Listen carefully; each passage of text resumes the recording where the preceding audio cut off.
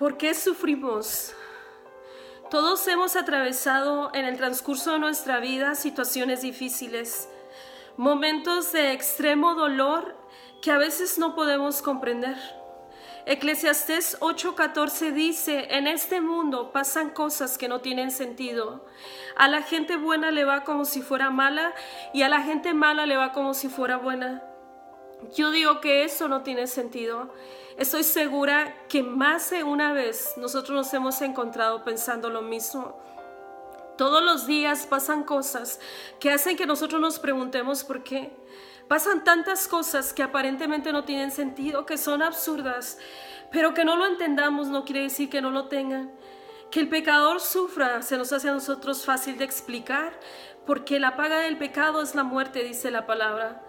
Pero que alguien que se entrega al Señor y trata de servirle con todo su corazón pase por tragedias no es fácil de entender.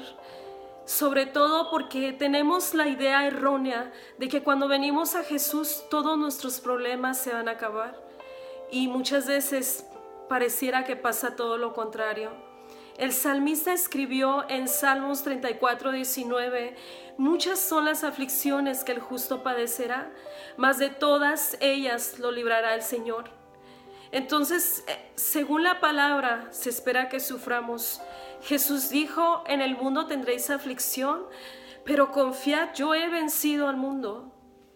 En 2 de Timoteo 3:12, Pablo nos dice: todos los que quieran vivir piadosamente en Cristo padecerán persecución. Entonces, el sufrimiento es algo que va a estar ahí. Solo que nosotros, en nuestra humana manera de ver las cosas, vemos el sufrimiento como algo negativo, indeseable, pero Dios está buscando bendecirnos a través de él. Nosotros tratamos de evadirlo, de evitar el sufrimiento, pero Dios lo usa para ayudarnos y mantenernos dentro de su voluntad. Aunque no lo entendamos, Dios tiene propósitos en todo lo que Él hace, aún en el dolor que permite que atravesemos. Dios utiliza el sufrimiento para diferentes propósitos. Uno de ellos es que nos mantiene humildes. En Corintios 12:7 encontramos que el apóstol Pablo dice acerca de revelaciones que Dios le permitió experimentar. Pero él dice que a causa de esas revelaciones le fue dado un aguijón en su carne, un mensajero de Satanás que lo abofetee de día y de noche. Y él reconocía que le fue dado para que no se enalteciera en sobremanera. Dice la palabra que él buscó 3 veces rogando al Señor que se lo quitara. Pero Dios le dijo: bástate mi gracia, porque mi poder se perfecciona en tu debilidad.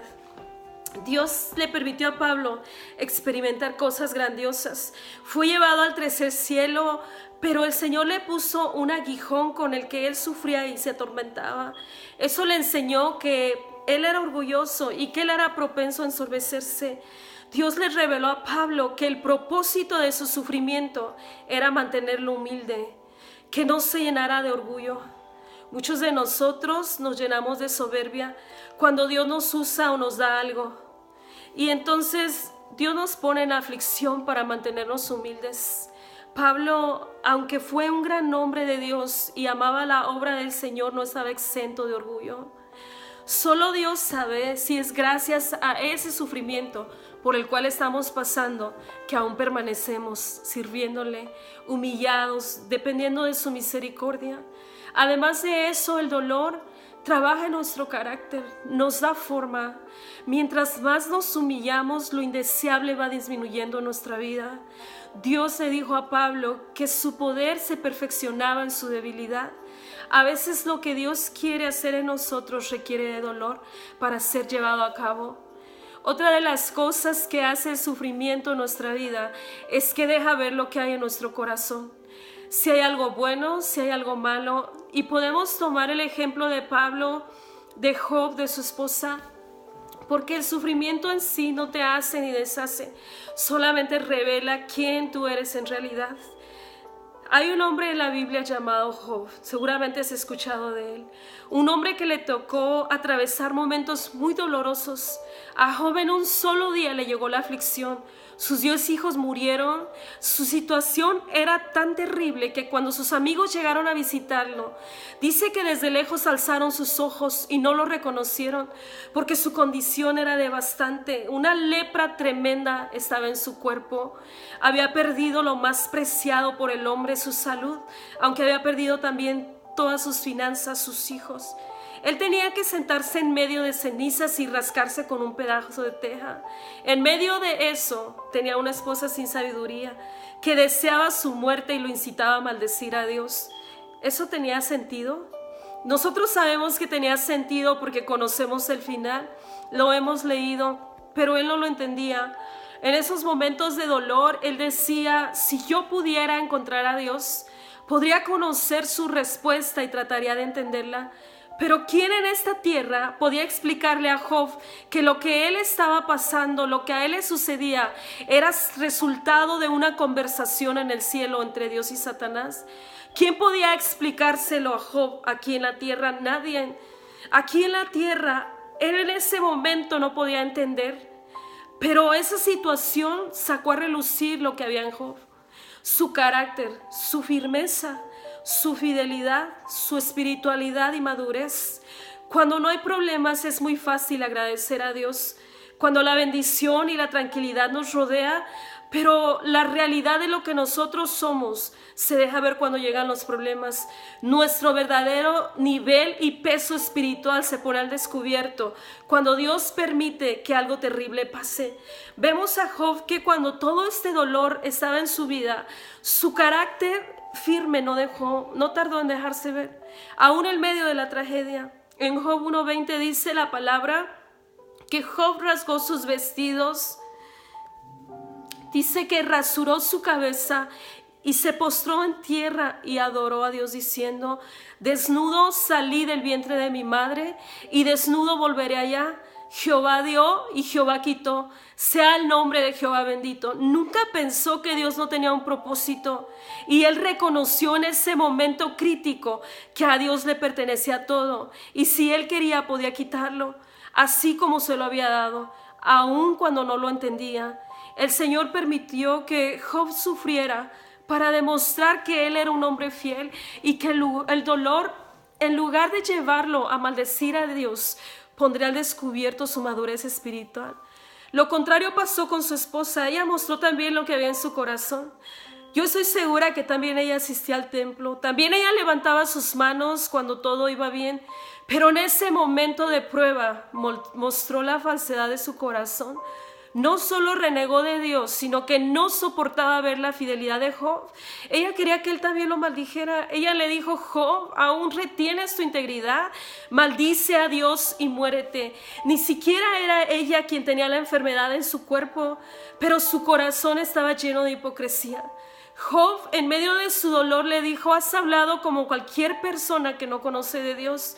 Con nuestra manera de hablar y reaccionar mostramos lo que realmente hay en nuestro corazón. No podemos recibir de Dios solamente el bien y el mal no.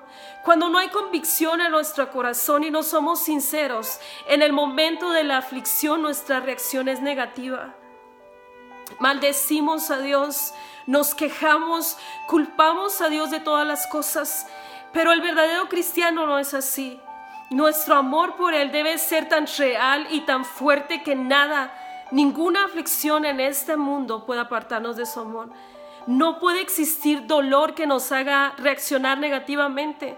Al contrario, es cuando más debemos buscarlo, adorarlo en medio de nuestro dolor. El dolor muchas veces te va a empujar a buscar más de Dios. El sufrimiento que Pablo estaba sintiendo lo llevó a buscar el rostro de Dios con insistencia. Él expresó 3 veces, he rogado a Dios que lo quite de mí. Él dedicó periodos largos de oración, periodos de intensa consagración y fueron provocados por ese sufrimiento que él tenía. Job, quien era un hombre que obviamente conocía de Dios y le servía porque Dios lo llamó justo, al pasar por ese intenso sufrimiento, eso lo llevó a buscar a Dios aún más, en una manera fuera de lo que él estaba acostumbrado. Eso le trajo como resultado que se profundizara en el conocimiento de Dios. Tal fue su experiencia que tuvo con Dios que pudo expresar en Job 42, antes de oídas te conocía, mas ahora mis ojos te ven. El sufrimiento nos empuja a buscar más de Dios. Seguramente muchas veces Dios habrá tenido que usar el sufrimiento como último recurso para acercarnos a Él. ¿A cuántos de nosotros nos trajo a Él por medio de algún problema? ¿A cuántas personas que no conocen de Dios le ha estado hablando de una forma fiel, pero no han querido buscarlo y entregarse a Él? Pero hoy es un buen día para examinar nuestras vidas, asegurarnos que si hoy estamos atravesando sufrimiento, no sea por culpa de nuestra desobediencia. Debemos estar seguros de que esa aflicción en nuestra vida tiene propósitos de parte de Dios y confiar y esperar en Él. Quizás tú digas, es muy fácil hablar así porque usted no está sufriendo lo mismo que yo. Es muy fácil hablar por afuera cuando no se encuentra dentro del problema, y es cierto. Nunca podría yo saber lo profundo de tu dolor, la grandeza de tu aflicción, pues mi condición humana me limita. Pero hay uno que sí puede entenderte perfectamente cómo te sientes. Un sumo sacerdote que se compadece de nosotros, y lo describe Hebreos 4:15. Alguien que pasó muchas aflicciones al igual que nosotros y por eso lo entiende. No solo porque Él es Dios, sino porque Él mismo lo vivió en carne propia. Jesús, cuando estuvo aquí en la tierra, también experimentó el dolor. También se sintió quebrantado. No hay nada que tú puedas decir, estoy pasando esto, y Él no puede comprenderlo. Cualquiera sea tu dolor, si es una enfermedad, Él llegó a un momento de tanta opresión que dice la Escritura que aún sudó gotas de sangre. ¿Cuál sería la condición de su cuerpo al estar colgado de un madero? Los golpes, los azotes, las heridas. Él conoce nuestras lágrimas en medio del dolor y la desesperación. Si sufres por traición, Él también fue traicionado por aquellos que decían ser sus amigos. ¿Qué mayor traición que te entreguen con un beso? La persona que come contigo, que camina contigo, que está en tu círculo íntimo donde no muchos pueden entrar. Si se han burlado o hablado mal de ti, ¿crees que la ofensa es mayor a que te digan hijo de fornicación?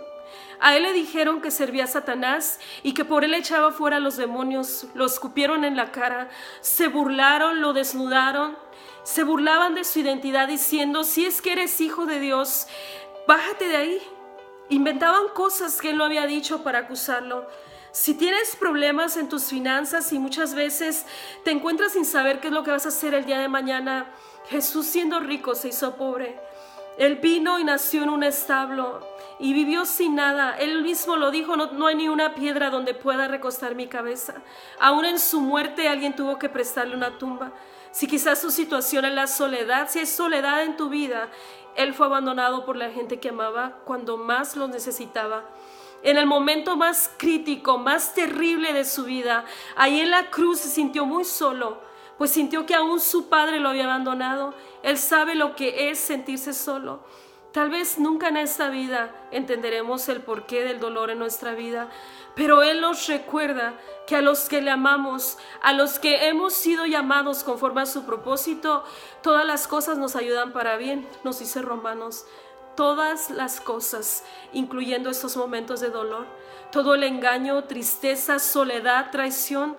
No podemos evitar que eso suceda, y aunque no tenga sentido, hay un propósito.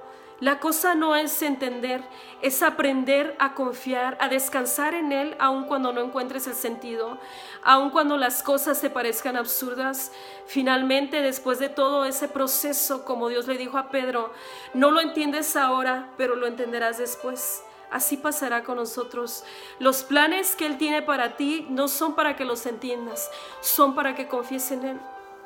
Si miras lo que estás pasando ahorita, quizás te desanimes y pienses, ya no hay salida, todo se acabó.